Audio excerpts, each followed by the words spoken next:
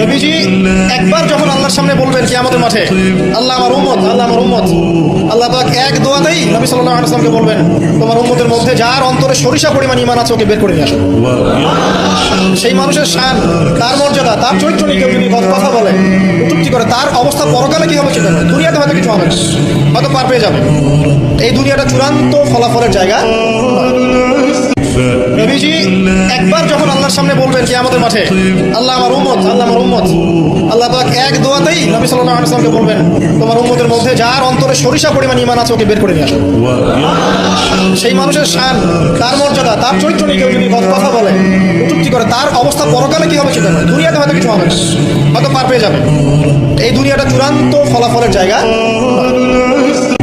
নবীজি একবার যখন আল্লাহর সামনে বলবেন কিয়ামতের মাঠে, আল্লাহ আমার উম্মত, আল্লাহ আমার উম্মত, আল্লাহ পাক এক দোয়াতেই নবী সাল্লাল্লাহু আলাইহি ওয়াসাল্লামকে বলবেন, তোমার উম্মতের